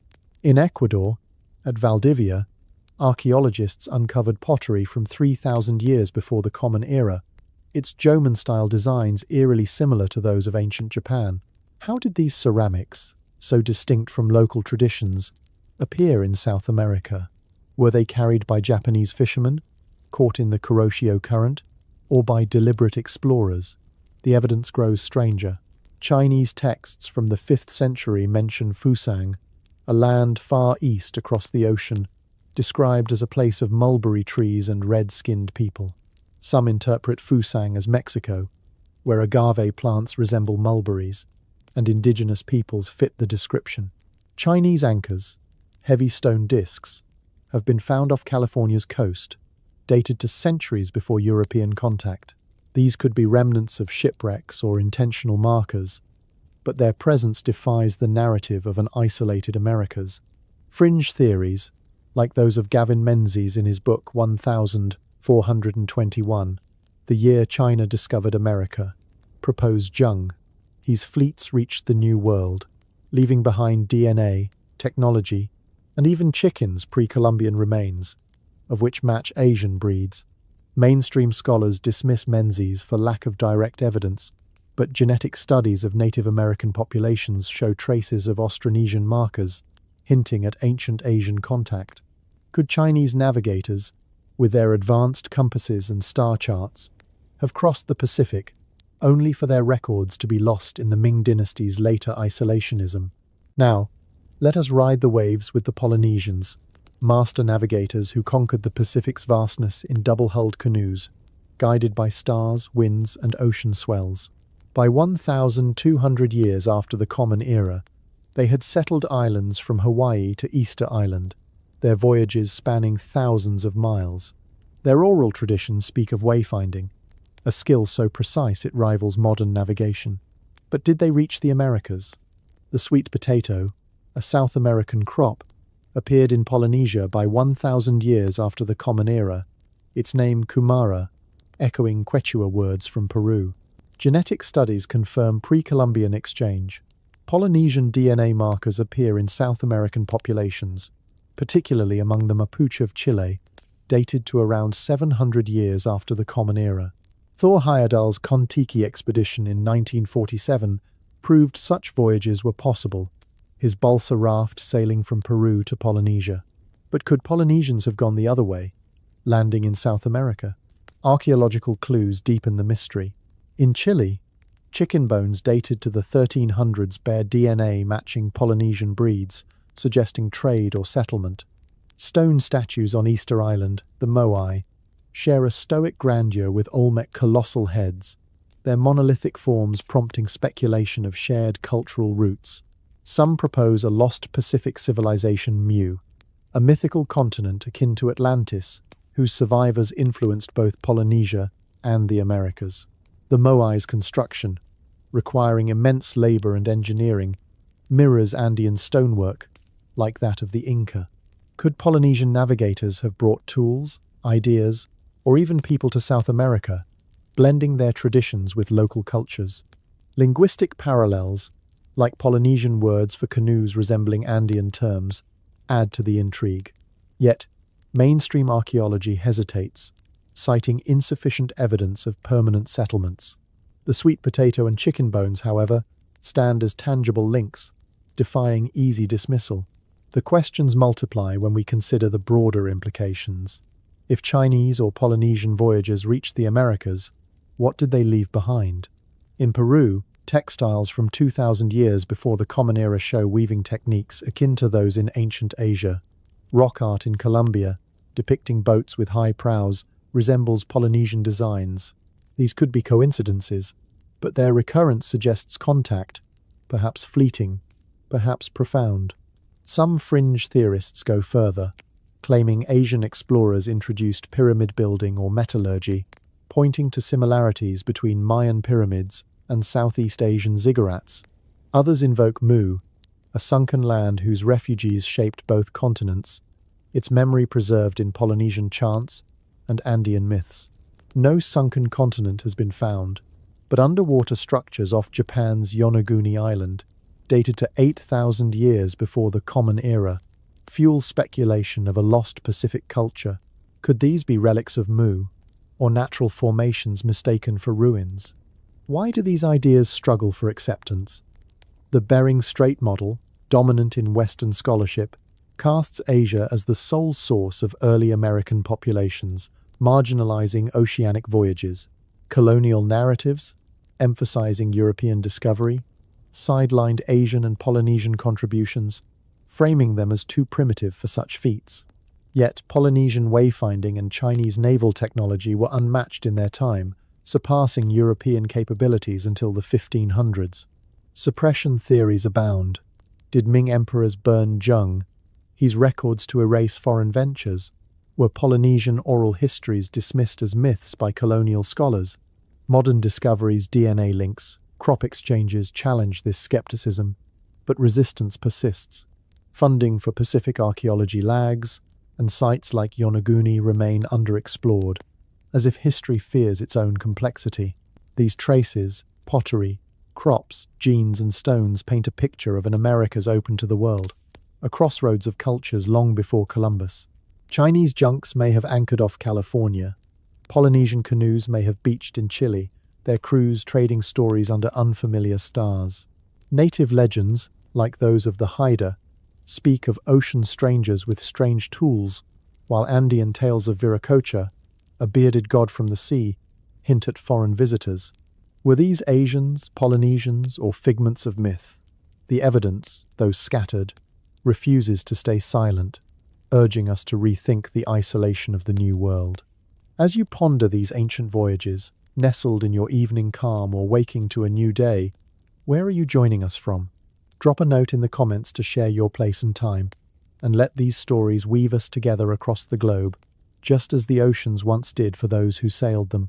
Imagine a golden empire, stretching across the sunlit sands of West Africa, its wealth so vast that its ruler could command a fleet of thousands to sail into the unknown, chasing the edge of the world. This is the Mali Empire in the early 1400s, led by a king who traded his throne for the open sea, driven by a vision that might have reshaped history. Abu Bakr II, a name that echoes with enigma, launched not one but two colossal expeditions across the Atlantic, seeking lands beyond the green sea of darkness. His story, intertwined with whispers of African footprints in the Americas long before Columbus, challenges the very foundation of the discovery narrative. Did his ships reach these shores? Could the Olmec's colossal heads, with their striking features, be traces of his legacy? And why has this tale, so rich with possibility, been relegated to the shadows of history, dismissed as legend or suppressed by those who wrote the past? Let us step into the court of Mali, 1311, where Abu Bakr II, ruler of an empire flush with gold, salt and trade, gazed westward with restless curiosity. The Mali Empire, centered in what is now Senegal, Mali, and Gambia, was a beacon of medieval wealth, its markets bustling with goods from across Africa and the Islamic world. Abu Bakr, unlike most kings content with power, was a scholar-explorer, steeped in the Islamic tradition of discovery as a sacred duty. His access to advanced maritime knowledge compasses, star charts, and dhow ship designs rivaled anything in Europe. His first expedition was staggering: 200 ships of men and 200 more, laden with gold, food, and supplies, a floating city sent to probe the Atlantic's mysteries. Months later, a single ship returned, its captain recounting a tale of powerful currents that swept the fleet away, not wrecked, not sunk, but carried into the distance, toward an unknown fate. Most rulers would have stopped there, mourning the loss. Abu Bakr did not. In 1312, he made a decision that defies comprehension. He abdicated his throne, appointed his heir Mansa Musa, and led a second, even larger fleet himself, sailing west into oblivion. What became of Abu Bakr and his armada? No records confirm their fate, no wrecks, no survivors' tales. Yet, the absence of evidence is not evidence of absence. The currents described by the lone survivor match the Canary Current, a powerful flow that could carry ships from West Africa to the Caribbean or South America in weeks. Modern oceanographers note this route, roughly 1,600 miles, is shorter than many Indian Ocean voyages routinely undertaken by Islamic traders. Thor Heyerdahl's Ra expeditions in 1969 and 1970 proved such crossings possible using ancient techniques, his papyrus boats reaching the Americas from Africa. Could Abu Bakr's fleet, with superior doughs and provisions, have landed in the New World? The timeline aligns. His voyages predate Columbus by nearly 2 centuries, and cultural echoes in the Americas suggest contact. Mansa Musa, during his famous pilgrimage to Mecca in 1324, spoke of his predecessor's quest with reverence, hinting that Abu Bakr might have survived, perhaps founding settlements across the sea. The Olmec civilization, flourishing in Mexico from 1600 to 400 years before the Common Era, offers tantalizing clues. Their colossal heads, carved from basalt and weighing up to 50 tons, bear features broad noses, full lips that some scholars, like Ivan van Sertima in his book They Came Before Columbus, argue resemble West African peoples. These heads, found at San Lorenzo and La Venta, are not mere art but monumental portraits, possibly of rulers or deities. Could they depict African visitors, or even settlers, who influenced the Olmec? Van Sertima points to cultural parallels. Olmec pyramids mirror West African mud brick ziggurats, and their ball game, played with rubber, echoes African rituals. Botanical evidence strengthens the case. African crops like cotton and the bottle gourd appear in the Americas before Columbus, their seeds unlikely to cross oceans without human hands. Linguistic traces, too. Intrigue Mandinka words from Mali resemble terms in Mesoamerican languages, such as Kani for village, found in Mayan dialects. Yet, mainstream archaeology pushes back. Critics argue the Olmec heads reflect indigenous features, not African ones, and dismiss linguistic parallels as coincidence. Genetic studies show Native American ancestry as primarily Asian, with no clear African markers from pre-Columbian times. The lack of African artifacts, tools, ships, or settlements further fuel skepticism. But absence is not proof, and the dismissal feels selective. Radiocarbon dating, often cited to debunk early contact, can be skewed by environmental factors, as seen at Teotihuacan, Mexico, where dates of 250,000 years were rejected as impossible. Van Sertima's theories, while controversial, draw on oral histories from Mali, recorded by chroniclers like Al-Umari, who documented Abu Bakr's voyages. These accounts, preserved through Islamic scholarship, were ignored by European historians, who prioritized their own narratives of discovery. The Caribbean adds another layer of mystery. Submerged structures off Cuba, detected by sonar in 2001 at 600 meters deep, reveal geometric shapes, rectangles, pyramids, grids that suggest a sunken city. These anomalies, near the Yucatan, align with the currents that could have carried Abu Bakr's fleet. Were they built by an African-influenced culture or an unknown civilization? The Bimini Road in the Bahamas, a half-kilometer stretch of aligned stones, fuels similar speculation. Some see it as a natural formation, but others, citing its precision, link it to African or even Atlantean builders. These sites, underexplored due to funding shortages or academic disinterest, raise questions. Why do excavations stall? Could confirming African contact disrupt the Columbus-centric narrative, threatening colonial legacies? Fringe theories amplify the intrigue. Some propose Abu Bakr's people not only reached the Americas but shaped the Olmec, teaching them pyramid building or metallurgy. Others tie the Mali voyages to Atlantis, suggesting a lost African-American civilization drowned by rising seas after the Ice Age. The Olmec's sudden decline around 400 years before the Common Era, possibly from environmental shifts or social upheaval, mirrors tales of cataclysmic loss. Conspiracy theorists whisper of suppression. European powers, from the Spanish to modern academia, may have buried evidence to uphold a Eurocentric history. The destruction of Mesoamerican codices by Spanish priests, who burned Mayan and Aztec records, supports this claim knowledge was erased to justify conquest.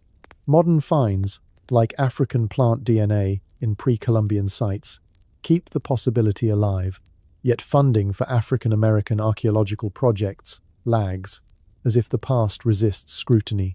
Abu Bakr's story, whether he landed or perished, is a testament to human daring.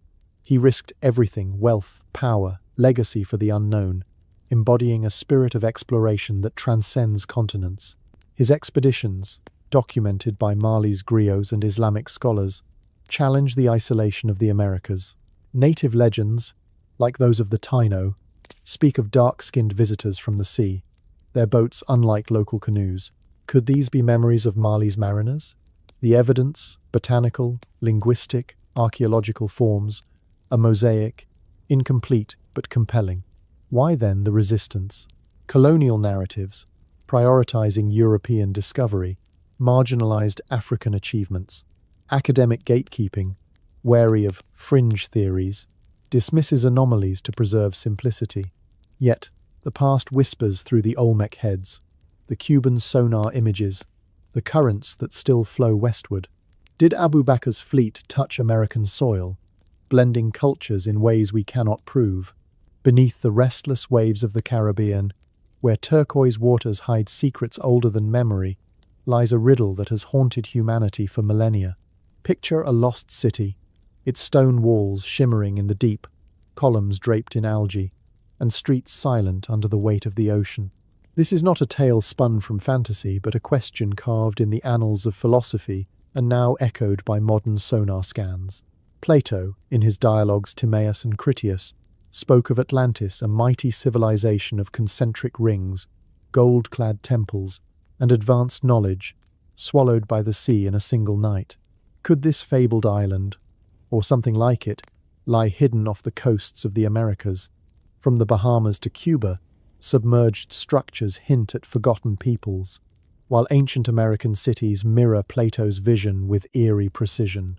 What lies beneath these waters? Ruins of a lost world, natural formations, or something stranger still? The mystery of Atlantis and the sunken cities of the Americas beckons us to dive into a past that refuses to stay submerged. Let us begin with Plato's account, written in the 4th century before the Common Era. He described Atlantis as a vast island beyond the Pillars of Hercules, the Strait of Gibraltar, its people masters of wealth and wisdom, their city a marvel of canals and concentric rings. Destroyed by hubris and divine wrath, it sank beneath the waves 9,000 years before his time. Scholars have long debated its location: Mediterranean, Antarctica, or myth, but some point to the Americas, where the timeline and geography align with unsettling clarity. The Caribbean, with its shallow shelves and submerged anomalies, offers tantalizing clues. In 2001, a Canadian-Cuban team using sonar off Cuba's Guanahacoibes Peninsula detected geometric structures, rectangles, pyramids, and grids at 600 meters deep. These forms, too precise for nature, resemble a cityscape, sparking speculation of a pre-Ice Age civilization drowned by rising seas. The Bimini Road, discovered in 1968 off the Bahamas, adds to the enigma: a half-kilometer stretch of rectangular limestone blocks, aligned like a causeway. Geologists call it natural erosion, but divers note cut edges and uniform placement, suggesting human hands. Could these be remnants of Atlantis, or another lost culture? The Americas themselves hold echoes of Plato's tale. In Bolivia, the site of Tiwanaku, flourishing from 300 to 1,000 years after the Common Era, features concentric layouts and megalithic walls, their stones fitted with seamless precision. Pumapunku, nearby, boasts blocks cut with laser-like accuracy, some weighing over 100 tons, defying the technology of its time. In Ecuador, the Cuenca site mirrors this design, its circular plazas and canals evoking Atlantis's rings. These similarities fuel theories that Andean cultures inherited knowledge from a sunken predecessor. Plato's Atlantis, larger than Libya and Asia combined, fits a continent more than an island, leading some to propose the Americas as its true location. The Piri-Reis map of 1513, showing the Americas coast with uncanny detail, hints at ancient knowledge, possibly from Phoenician or Egyptian sources.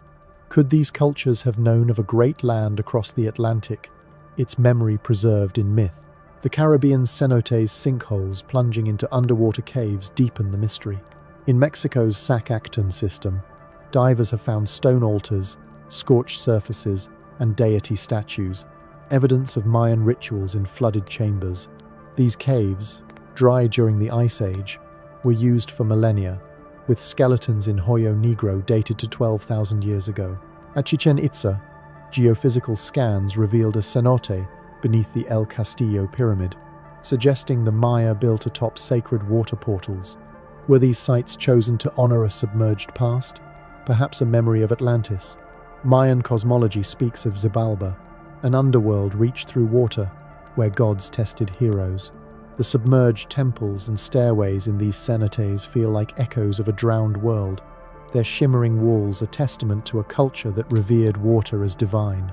Some fringe theorists propose these are literal remnants of Atlantis, built when sea levels were lower, then flooded as glaciers melted. The Nazca lines in Peru, etched into the desert from 100 to 800 years after the Common Era, add another layer. These massive geoglyphs, animals, shapes, lines visible only from the air, resemble Plato's description of Atlantis's vast designs. Eric von Däniken suggested they were signals for extraterrestrial visitors, but could they mark a lost coastal city, now underwater? Sonar scans off Peru's coast reveal submerged anomalies, possibly structures, though exploration lags. The Inca, too, carry Atlantean echoes. Their Coricancha temple, aligned with solstices, and Machu Picchu's precise stonework suggest a sophistication that defies their lack of writing or wheels. Oral traditions speak of Viracocha, a sea-born god who taught civilization, his bearded visage hinting at foreign influence. Could he represent survivors of a sunken culture, their knowledge shaping Andean societies? Conspiracy theories thrive in these gaps. Some claim governments halt underwater excavations to avoid rewriting history, fearing the chaos of admitting a pre-Columbian civilization rivaling Egypt. The Cuban sonar findings, announced with fanfare, stalled without explanation, while Bimini Road studies face funding cuts. Others suggest colonial powers suppressed evidence to justify conquest, erasing traces of advanced American cultures. The Spanish burned Mayan codices, potentially destroying records of ancient contacts or lost cities. Modern technology, satellite imagery, AI mapping has revived interest, uncovering new geoglyphs and underwater anomalies, yet mainstream archaeology remains cautious, dismissing Atlantis as myth. But myths often hold kernels of truth.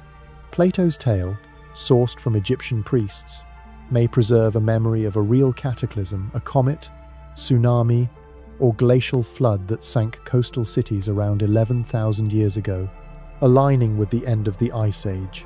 Native American stories amplify the intrigue. Taino legends speak of a great flood that reshaped their islands, while Andean myths describe a deluge sent by gods to punish hubris, mirroring Plato's account. These tales, dismissed as folklore, may encode historical events, just as the Trojan War emerged from Homer's epics. Submerged structures off Yonaguni, Japan, dated to 8,000 years before the Common Era, suggest a global pattern of sunken sites, perhaps linked by ancient mariners. Could the Americas' coastal ruins, Cuba, Bimini, Peru, be part of this network, a forgotten hub connecting Africa, Asia, and the New World? The lack of artifacts fuels skepticism, but the ocean is a jealous keeper of secrets, its depths hiding wrecks and cities beyond our reach. The Atlantis question transcends geography. It is a symbol of what we have lost. Whether a real place or a metaphor for hubris, Its echoes in American ruins, concentric cities, megalithic stones, submerged temples suggest a deeper truth. Were these civilizations built by survivors of a great flood, their knowledge preserved in stone and story? Why do we resist exploring these depths? The evidence, sonar images, ancient maps, indigenous myths forms a mosaic, incomplete but compelling. As we peer into the Caribbean's blue abyss, we ask, are these sunken cities the edge of Atlantis, or a chapter of history we were never meant to read? Step into a realm where the boundaries of history blur, where the artifacts of ancient Americas whisper tales too strange for textbooks, and where shadows of forgotten truths dance in the flickering light of speculation.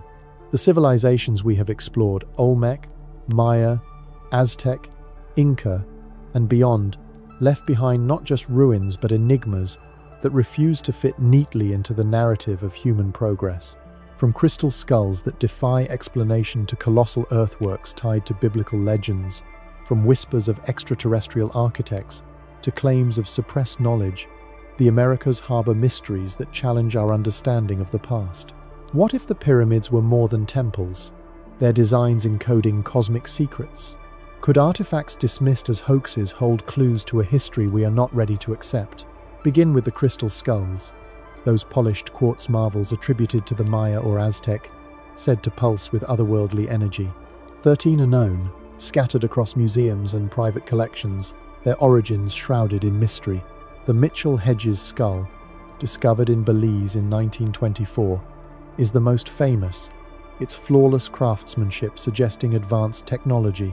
Some claim these skulls are pre-Columbian, used in rituals to channel divine or alien wisdom, their optical properties focusing light in ways that defy ancient tools. Mainstream scholars, like those at the Smithsonian, argue they are 19th century forgeries, carved with modern abrasives in Europe. Yet, tests on the Paris skull in 2008 revealed microabrasions hinting at older techniques, reigniting debate. Fringe theorists, inspired by figures like Max the Crystal Skull's caretaker, propose they are relics of a lost civilization, perhaps Atlantis, or gifts from extraterrestrial visitors, encoding knowledge of energy fields or cosmic events. Why do they captivate us? Their eerie clarity, some say, mirrors the Maya's obsession with time, suggesting a purpose beyond ornament, perhaps as tools for prophecy or interdimensional communication. The lack of clear provenance fuels speculation. Were they hidden by colonial powers to erase evidence of advanced ancient tech?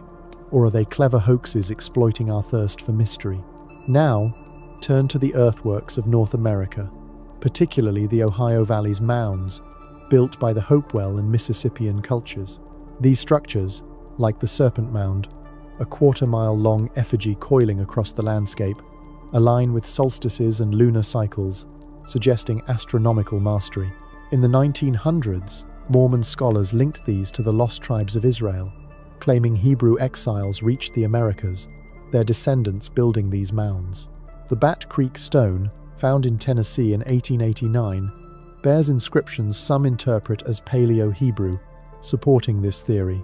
Critics dismiss it as a fraud, citing inconsistent dating, yet the stone's symbols remain unexplained.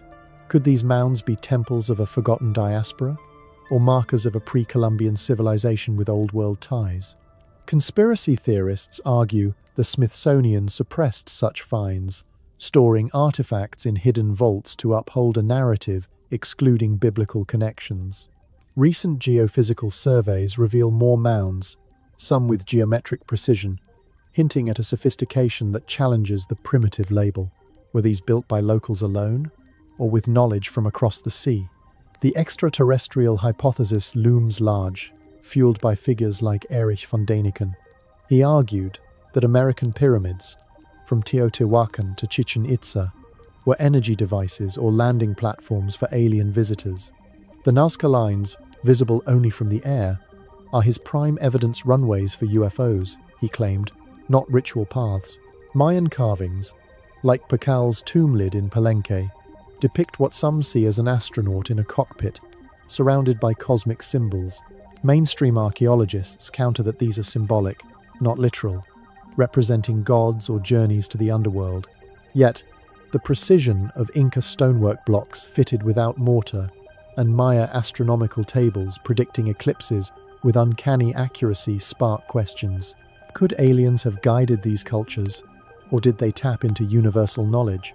Modern UFO sightings near ancient sites, like Chichen Itza's reported lights in 2020, keep the theory alive. Skeptics point to cultural bias attributing indigenous achievements to aliens, but the anomalies persist, daring us to wonder if the past holds extraterrestrial fingerprints.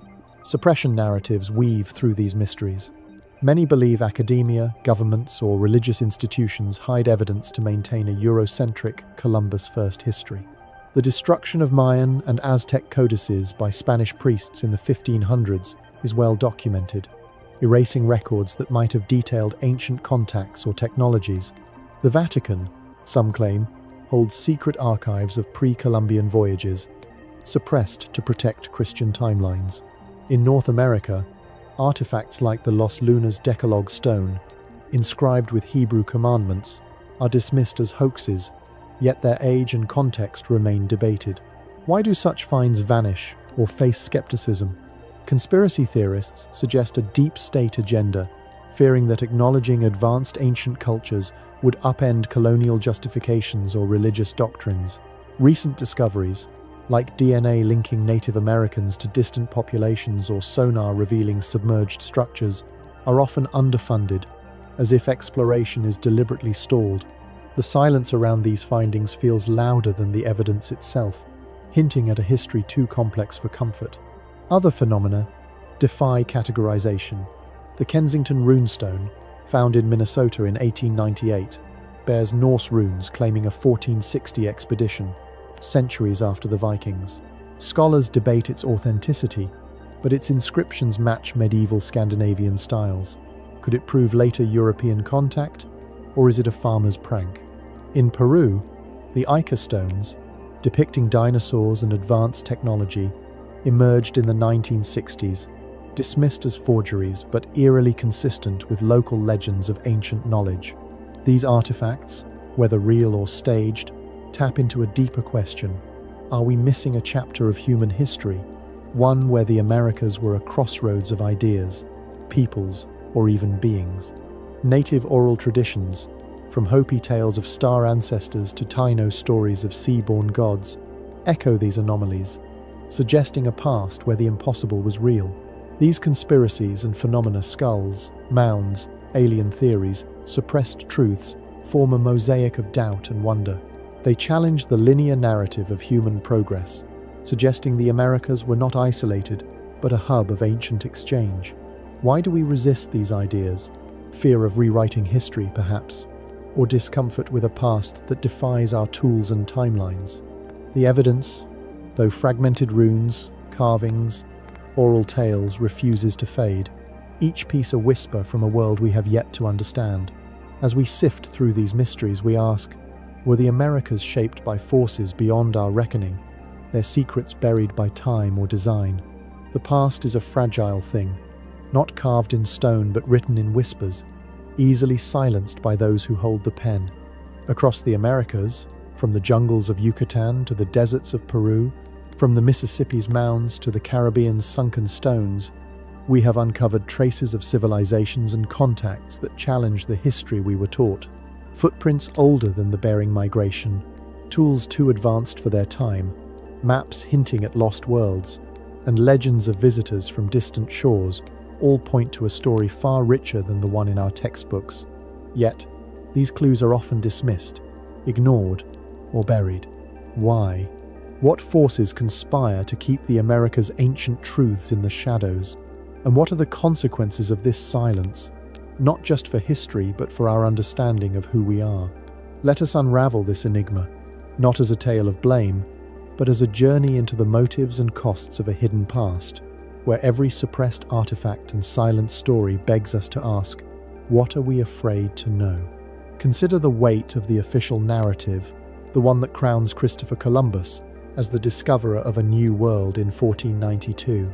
This story, woven into the fabric of Western education, paints the Americas as a blank canvas, populated by scattered tribes until European sails arrived. But the evidence we have explored, Monteverde's 18,000-year-old settlement, White Sand's 23,000-year-old footprints, Olmec heads with African features, and submerged structures off Cuba, suggests a far older, more connected world. Why then are these findings sidelined? One answer lies in the inertia of academic tradition. The Bering Strait migration theory, established in the early 20th century, became a cornerstone of anthropology, supported by genetic links to Asia and Clovis tools. Anomalies like Pedra Furada's 50,000-year-old artifacts or Solutrean blades threaten this framework, demanding a rewrite that could unravel decades of scholarship. Academics, bound by peer review and funding, often resist, labeling such finds as errors or hoaxes. At Teotihuacan, Mexico, where charred wood dated to 250,000 years, the excavation was halted, not for lack of evidence, but because the age was deemed impossible. This is not science following truth, but dogma guarding its gates. Beyond academia, colonial legacies cast a long shadow. When the Spanish conquered the Americas, they burned Mayan and Aztec codices, erasing centuries of knowledge to impose a Christian, Eurocentric order. This destruction was not mere zealotry, but a calculated act to justify conquest, framing indigenous peoples as savages devoid of history. The Vatican, some theorists claim, holds secret archives of pre-Columbian contacts, Phoenician, African, or Chinese, suppressed to maintain biblical timelines, or European supremacy. The Piri-Reis map, showing the Americas in 1513, hints at such knowledge, possibly drawn from older sources, yet its implications are downplayed. The Taino's oral histories of sea-borne visitors were dismissed as myths, their Zemi statues reduced to curiosities. This erasure served a purpose. A new world was easier to claim if its past was empty. By silencing evidence of advanced civilizations or early contacts, colonial powers crafted a narrative that legitimized exploitation, a narrative that lingers in modern education. Political motives also play a role. Acknowledging African explorers like Abu Bakr II or Polynesian voyages could elevate non-European contributions, challenging the Eurocentric myth of discovery. In the United States, the idea of Solutrean contact or lost tribes building Ohio's mounds stirs unease, as it risks complicating Native American ancestry or fueling nationalist agendas. The Bat Creek Stone, with its possible Hebrew inscriptions, was dismissed as a forgery, yet its symbols remain unexplained. Governments, wary of cultural upheaval, may quietly discourage excavations that threaten established histories. The Cuban sonar anomalies, detected in 2001, sparked excitement but stalled without funding, as if the prospect of a pre-Columbian city was too disruptive. Conspiracy theorists go further, alleging a deep state agenda. Museums like the Smithsonian are said to hide artifacts, from Lovelock Cave's giant bones to crystal skulls, to prevent a paradigm shift that could question modern power structures or religious doctrines. The consequences of this suppression are profound, stretching beyond history books to the heart of identity and truth. For indigenous peoples, the erasure of their ancient achievements, Carroll's 5,000-year-old city, Cahokia's monumental mounds, robs them of a legacy that rivals Egypt or Rome. The Mayas' astronomical precision, the Inca's seismic-resistant stonework, and the Taino's complex societies are reduced to footnotes, diminishing their cultural weight. This loss fuels distrust, as voiced by our audience member who questioned the accidental discovery of Columbus. When history is curated to exclude African, Asian, or European pre-Columbian contacts, it alienates communities whose ancestors may have crossed oceans, from Mali's mariners to Polynesian wayfinders. The Olmec heads, with their debated African features, become battlegrounds, not bridges, as Afrocentric scholars like Ivan van Sertima are marginalized, their theories dismissed as speculative despite botanical and linguistic clues. This silencing also stifles curiosity. The Nazca lines, aligned with stars, or, as some claim, alien visitors, are studied sparingly, their aerial perspective unexplained. The Kensington runestone, with its Norse runes, languishes in debate, its potential to prove medieval contact unexplored. When artifacts like the Los Lunas Decalogue stone vanish or excavations like Bimini Road falter, we lose chances to test bold ideas Atlantis, Mu, or extraterrestrial influence. The cost is a narrower worldview, where history is a straight line, not a web of possibilities. Modern discoveries: DNA linking Polynesians to South Americans, sonar revealing Caribbean structures struggle for attention, as funding prioritizes safe research over radical questions. The public, hungry for truth, turns to fringe theories, from ancient astronauts to hidden vaults, because mainstream channels offer only silence. Yet the past persists, its whispers growing louder. Recent advances: satellite imagery, uncovering new geoglyphs, AI decoding Quipu knots revive hope. UFO sightings near Chichen Itza or Machu Picchu, reported as recently as 2025, fuel speculation of ancient extraterrestrial ties, echoing von Däniken's claims. Indigenous oral traditions, like the Hopi's star ancestors or Andean flood myths, align with archaeological finds, suggesting history encoded in story. The consequence of suppression is not just lost knowledge, but a fractured connection to our shared humanity. By denying the Americas' complexity, its early migrations, global contacts, or cosmic ambitions, we limit our understanding of what humans can achieve. Are we hiding from a past that could redefine us? One where the Americas were a crossroads of cultures, ideas, or even otherworldly visitors? As we probe these shadows, we see not just a cover-up, but a challenge. The artifacts, from crystal skulls to submerged cities, demand we listen without prejudice.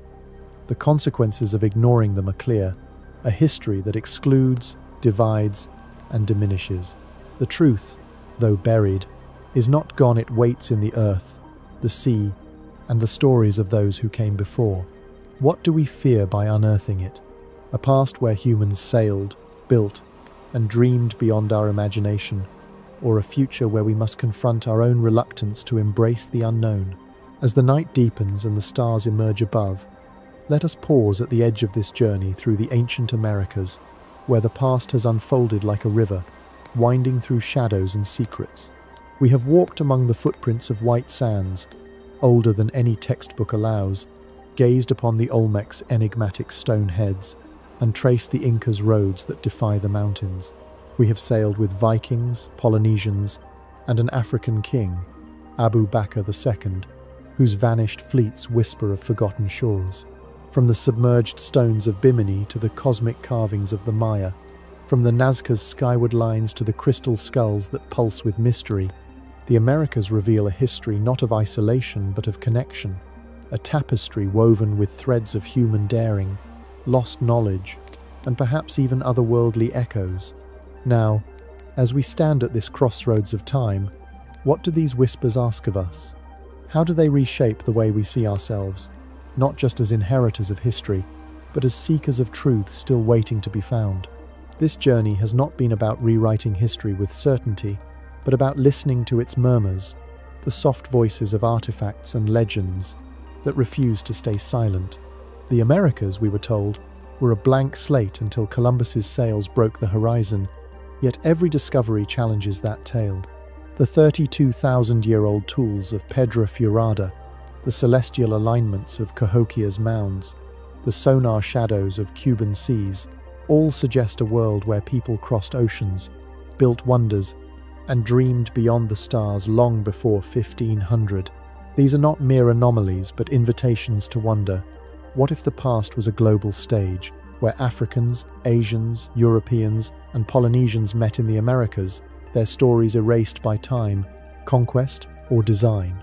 What if the Atlantis myth, with its sunken rings, is not a fable but a memory of cities like Caral or Tiwanaku, drowned by floods or buried by jungles? The questions linger, not as answers to claim, but as sparks to ignite curiosity, urging us to look beyond the pages we were given. The cost of ignoring these sparks is heavy. By clinging to a simplified history, we lose the richness of our shared humanity, the ingenuity of the Inca's quipu, the courage of Polynesian wayfinders, the vision of a Mali king who sailed into the unknown. We risk alienating those whose ancestors built these wonders. From the Taino's zemi-carved villages to the Mississippians' star-aligned mounds, their legacies diminished to fit a colonial narrative. Yet, the past is not silent. It speaks through every unearthed tool, every submerged stone, every native story of sea-born gods. Modern tools, DNA mapping, satellite scans, AI decoding bring these voices closer, revealing Polynesian genes in Chile, African crops in ancient Mexico, and structures beneath Caribbean waves. These discoveries are not threats but gifts, offering a chance to see the Americas as a crossroads of cultures where human ambition knew no bounds. So, as you drift towards sleep, let these mysteries linger like a gentle tide. Which tale resonates most with you? Do you hear the call of Abu Bakr's lost fleet, or see the Nazca lines as signals to the sky? Perhaps the Serpent Mound's curves or Machu Picchu's stones hold your imagination, whispering of a past where humans touched the divine or something stranger. I invite you to share your thoughts below, to join this community of dreamers who seek the truths hidden in history's folds. What story do you believe, and what questions keep you awake? The past is not a closed book, but a living current, flowing through us, asking to be heard. This is Mr. H. May these echoes of forgotten worlds guide you into dreams where the past is not lost, but waiting to be rediscovered. Let the stars above and the ruins below lull you into a restful night, where the mysteries of the Americas unfold in your mind, their secrets as boundless as the ocean. Sleep well, and may you wake with a spark of wonder, ready to chase the truths that time has only begun to reveal.